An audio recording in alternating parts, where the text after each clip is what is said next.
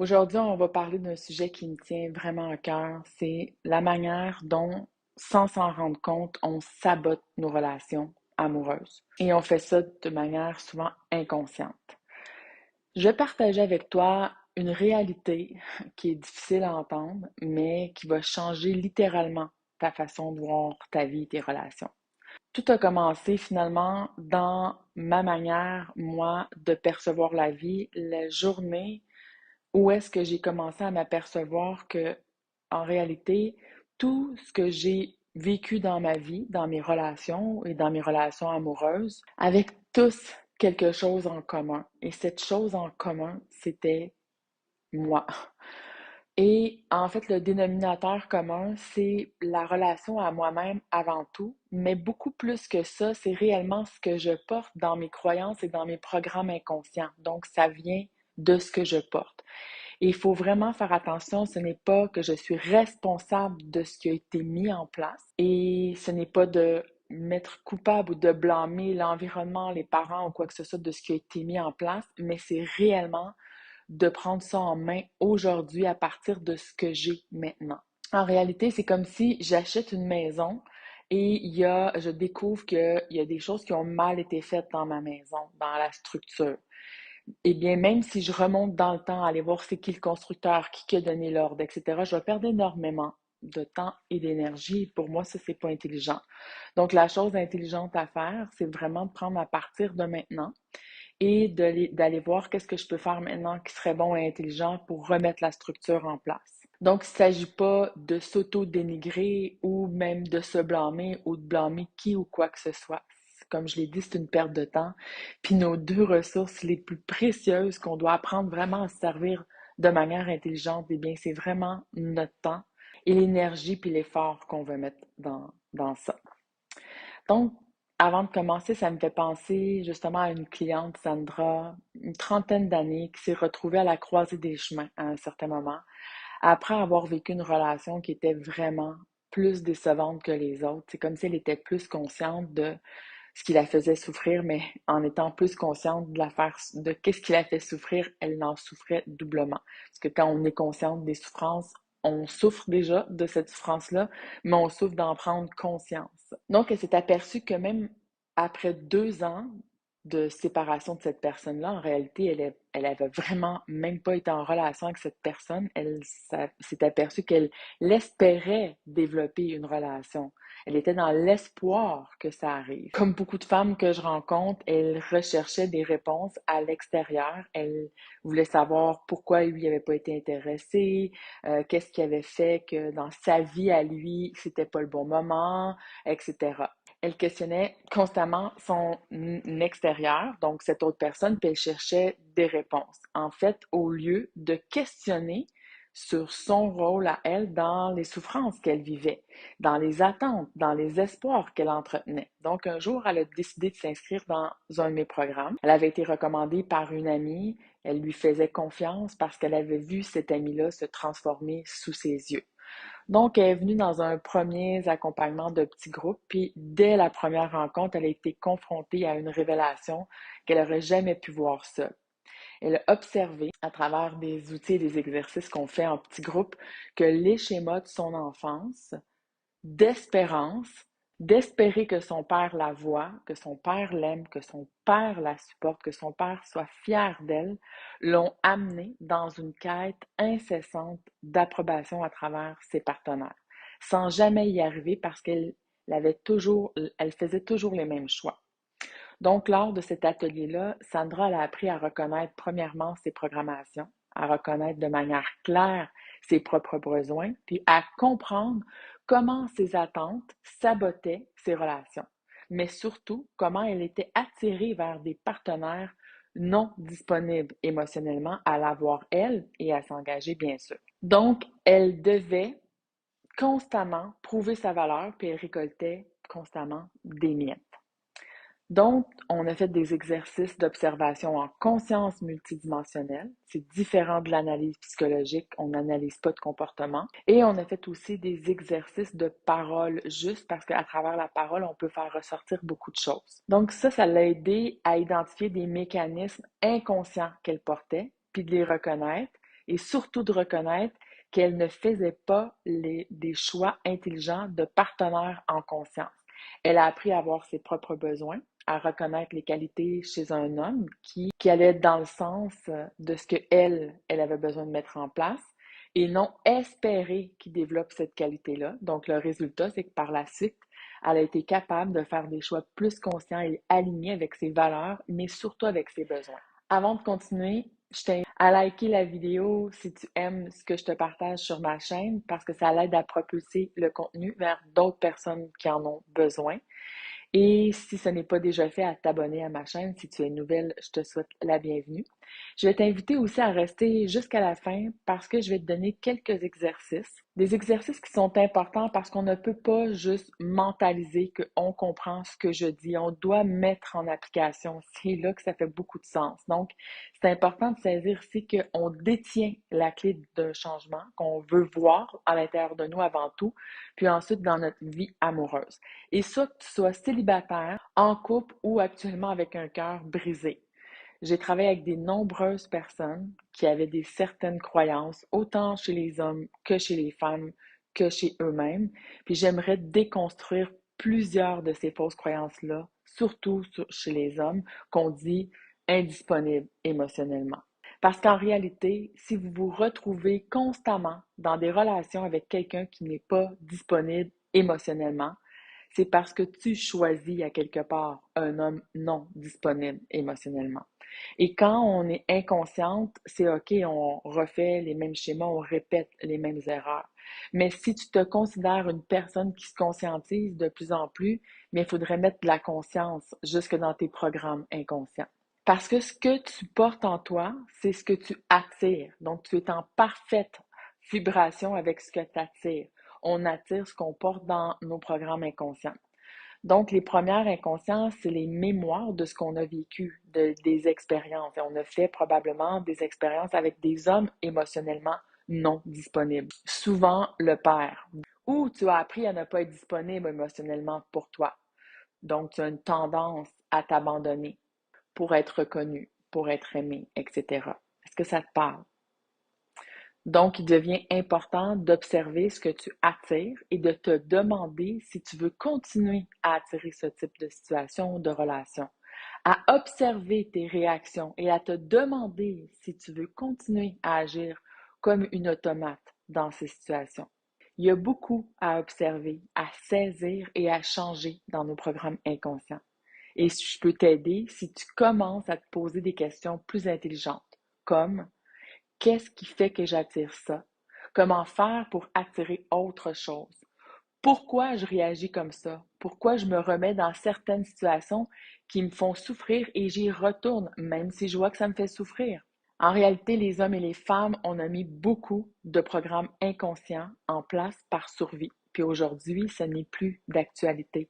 On se nuit mutuellement énormément dans nos relations amoureuses. Autant les hommes que les femmes en souffrent.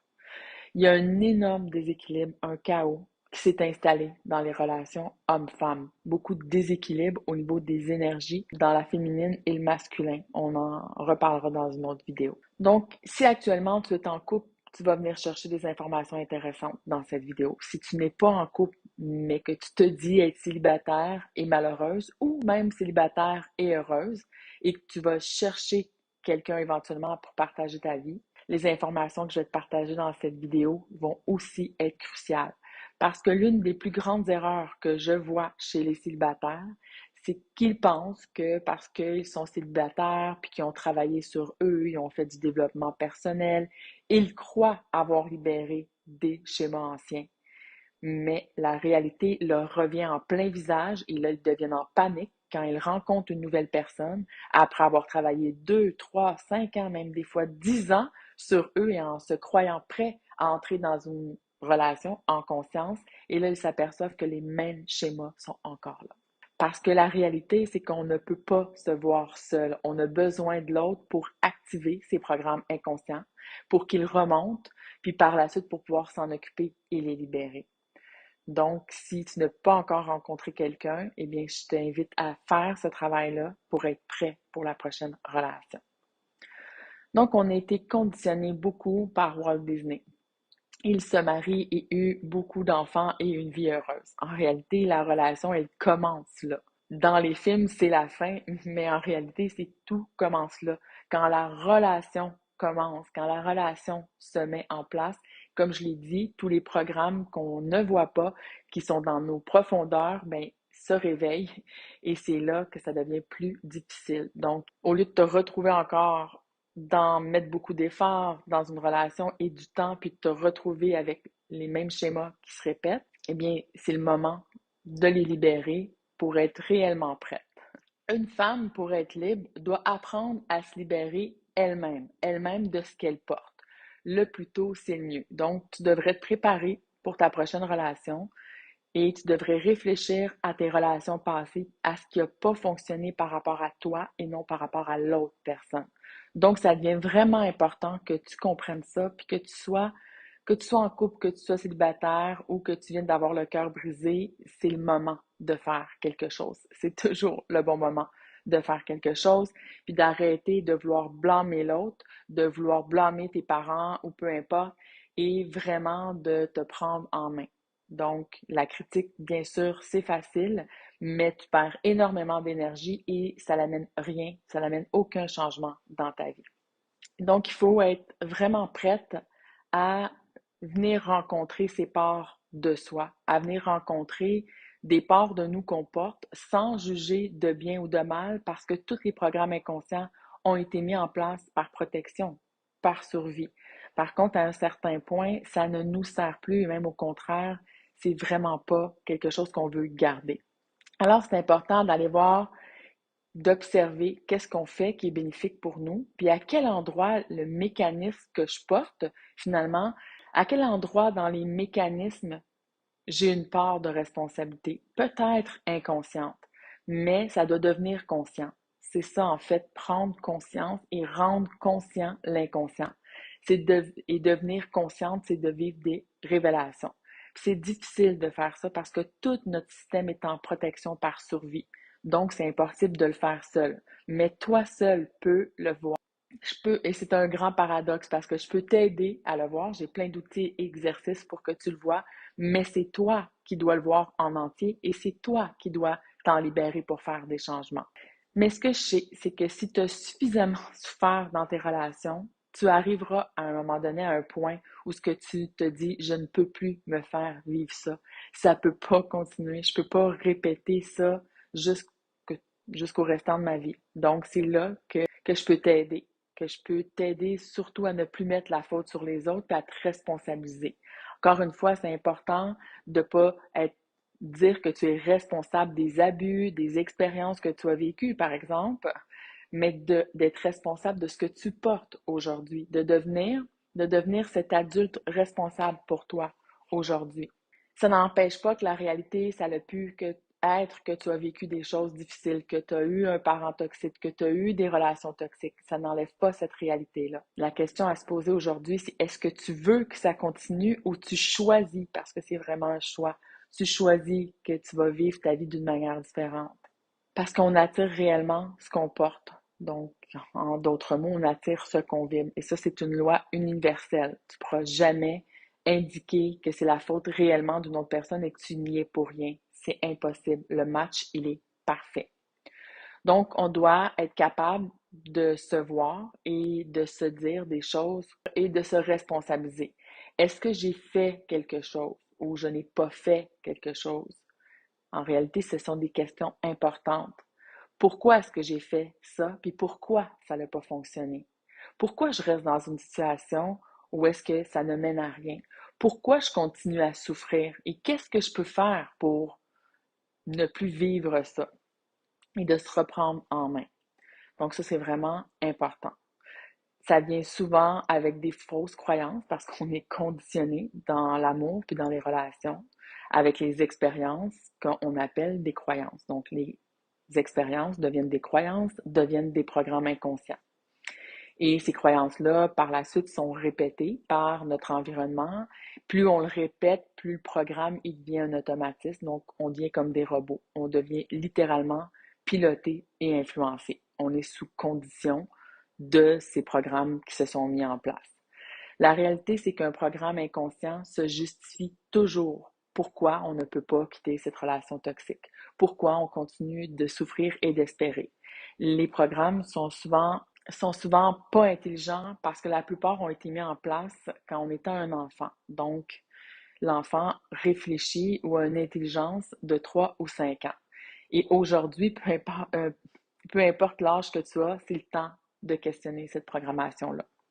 Donc, une programmation inconsciente, comme je l'ai dit, elle est mise en place par des mémoires, des expériences, puis ensuite, on attire à nous des situations similaires. Parce que toute la programmation va rejeter ce qui est inconnu. Donc, il va se sécuriser avec ce qui est connu. Parce qu'il sait comment agir et il se protège à travers cette programmation-là. Et là, malheureusement, on est enfermé dans une boucle jusqu'à ce qu'on devienne consciente et écœuré de souffrir. Donc, une femme qui souffre continuellement en amour, c'est une femme qui ne comprend pas sa programmation qu'elle porte et qui ne prend pas la responsabilité de changer cette programmation-là. Souvent, la personne, elle ne va pas voir comment sa propre programmation, elle est toxique, comment elle porte en elle des programmes qui l'amènent à vivre des dysfonctionnements dans ses relations, ou elle continue de choisir les mauvaises personnes de manière inconsciente. Puis, je le répète, c'est possible de changer tout ça parce que tout changement débute en soi. Mais il faut se responsabiliser. Donc, c'est une bonne nouvelle pour celles qui veulent se prendre en main, mais c'est une mauvaise nouvelle pour toi si tu préfères être sauvé par l'extérieur ou ne faire aucun effort pour bâtir une vie et être heureuse au lieu de souffrir et de continuer à chialer. C'est réellement un choix. Aujourd'hui, je veux te donner le pouvoir de réfléchir de manière plus critique, d'être plus un détective puis de devenir curieuse. Pourquoi tu fais ces choix-là? Pourquoi tu continues à les reproduire? Et d'accepter la stupidité de la réponse des programmes inconscients qui ne veulent pas changer parce qu'ils veulent te protéger. Est-ce qu'ils ont raison d'être encore là? Et réponds pas comme d'habitude ou est-ce que c'est le programme inconscient qui va répondre ouais, mais moi, ça a toujours été comme ça, c'est pas moi le problème, c'est vraiment les gens que j'attire, je sais pas qu'est-ce que j'ai fait à la vie, etc. Ou c'est normal, les femmes dans ma famille, on n'a jamais été chanceuses en amour, etc. Donc, ne mets pas la faute sur l'autre, sur les autres et sur le transgénérationnel ou les vies passées ou peu importe. Et apprends à être responsabilisé ici. Donc, si tu es une personne, par exemple, qui se retrouve toujours dans des relations avec des personnes qui te blessent d'une manière ou d'une autre, disons émotionnellement, ou qui te trahissent d'une manière ou d'une autre, alors c'est toi qui dois aller voir que tes choix sont défectueux, que tes signaux d'alarme sont défectueux, que tu as peut-être eu des signaux avant, mais que tu n'as pas prêté attention, ou que tu as été dans le déni, ou que tu as ignoré tes propres besoins. Pourquoi tu as été attiré par ce type de personne-là. Il faut que ça allume des lumières, il faut que ça allume des cloches à l'intérieur. C'est ça que j'essaie de te dire. C'est d'être courageuse puis d'aller dedans. Ne pas mettre ça de côté, ne pas être dans le déni, mais de rentrer dans la réalité. Je vous dis pas de mettre de côté que vous avez eu mal. Je vous dis pas de faire abstraction à ça puis de dire que c'était pas réel. C'est réel. Je vous dis juste que la réalité, c'est que on peut pas et on pourra pas passer à un niveau supérieur dans nos relations, dans notre vie amoureuse, qu'on soit en couple, qu'on soit célibataire, si on n'affronte pas ces programmes-là de sauveurs au départ, parce que ces programmes, ils veulent nous protéger, nous sauver, mais qui deviennent rapidement l'élément saboteur inconsciemment dans nos relations amoureuses. Et ça ne veut pas dire que tout est de ta faute. Il faut vraiment être dans la subtilité avec ce que j'apporte. J'ai jamais dit que c'était de ta faute parce que ce n'est pas le cas. Cependant, ça signifie qu'aujourd'hui, c'est à toi de te prendre en main et de prendre toute cette énergie-là, au lieu de la dilapider à chialer ou à accuser les autres, de la prendre et de t'en servir pour observer et pour libérer. Puis tu vas voir qu'éventuellement, il va y avoir des réels changements dans ta vie. Parce qu'en réalité, chialer, c'est juste nous enlever notre pouvoir, être victime, puis devine quoi? Ben, il n'y a pas rien qui va changer. Puis tu vas continuer à répéter les mêmes schémas. Au courant des 5 dernières années, j'ai accompagné beaucoup de gens qui avaient fait énormément de travail sur eux. Même j'ai accompagné plusieurs psychologues avec plusieurs années d'expérience. Puis elles-mêmes se rendaient compte qu'on peut faire des thérapies à en parler des comportements pendant des années. Ça ne va rien changer parce qu'on doit vraiment se prendre en main et réellement prendre des actions, pas juste parler et chialer. Si tu es encore là, je te remercie d'être resté jusqu'à la fin. J'apprécie vraiment. Si tu n'as pas encore liké la vidéo et que tu as apprécié mon contenu, je t'invite à le faire, à le partager avec une autre femme aussi ou un homme. J'aide aussi les hommes à comprendre ce que je viens d'expliquer. Donc, je t'avais dit que si tu restais jusqu'à la fin, je te donnerais des applications à mettre en pratique, des exercices pour entreprendre déjà un, un voyage en action vers toi. On va commencer par un petit exercice d'observation. Je t'inviterai à tous les jours pendant les prochaines semaines à prendre 15 minutes dans ta journée et à écrire les émotions que tu peux avoir dans la journée, tes réactions, juste observer, juste le noter, sans jugement, sans vouloir changer quoi que ce soit. Parce que plus on veut empêcher quelque chose, plus on veut provoquer un changement, et réellement, moins cela est réel. Parce qu'un réel changement, on le constate et même l'ego, il est surpris qu'on ne réagit plus de la même manière ou que ça ne nous fasse pas des émotions de la même manière. Donc, ça, c'est un exercice qui est intéressant à faire puis qu'on peut amener beaucoup plus loin dans les prochaines étapes. Le deuxième exercice que je t'amènerai à faire, c'est d'observer en conscience, d'identifier les comportements récurrents ou des croyances que tu as sur les relations puis de les questionner sur leur validité aujourd'hui. Le troisième exercice, c'est un journal de gratitude. Ça, c'est toujours quelque chose que je propose à faire parce qu'on ne le fait pas assez souvent. Donc, quotidiennement, je t'inviterai à écrire 5 choses que tu apprécies dans ta journée sur la vie. Des fois, ça peut se répéter. Le lendemain, c'est la même chose.